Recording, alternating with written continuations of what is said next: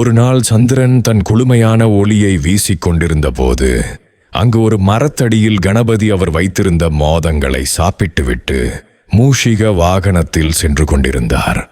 அப்போது குறுக்கே ஒரு பாம்பு வேகமாக செல்ல முற்பட்டது. அதனால் பயந்து போன மூஷிகன் திடீரென நின்றார். அதன் மீது இருந்த பால கணபதி கீழே விழுந்தார். இதை பார்த்து கொண்டிருந்த சந்திரன் கணபதியை பார்த்து சிரித்தார். தான் கீழே விழ காரணமாக இருந்த பாம்பை பிடிக்க முற்பட்டார். பாம்பு பயந்து ஓடியது.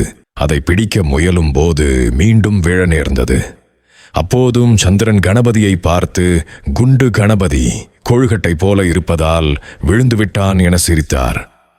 இதனால் கோபமடைந்த பால கணபதி, என் உருவத்தை பார்த்தா சிரிக்கிறாய் என சந்திரனை பார்த்து, உன் ஒளி பொருந்திய மேனிதானே உன் சிறப்பு. உன் ஒளி மங்கி போகட்டும், உன்னை காண்பவர்களுக்கும் சங்கடம் உண்டாகும் என சாபமளித்தார்.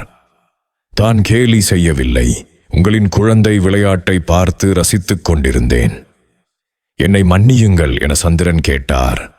தேவர்களும் தாழ்மையாக கணேசரிடம் வந்து சாபத்தை தணிக்க வேண்டிக் கொள்கிறார்கள்.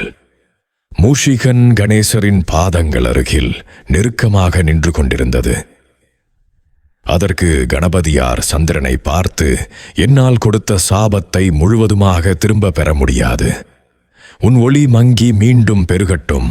ஒளி குறைவதை தேய்பிறை என்றும் முழு ஒளியுடன் இருப்பது வளர்பிறை என்றும் அழைக்கப்படும் என கணபதி சந்திரனுக்கு அருளினார். உங்களுக்கு கணபதியை பிடிக்கும் என்றால் ஓம் கணபதி என்று கமெண்ட் செய்து மறக்காமல் சேனலை சப்ஸ்கிரைப் செய்யவும்.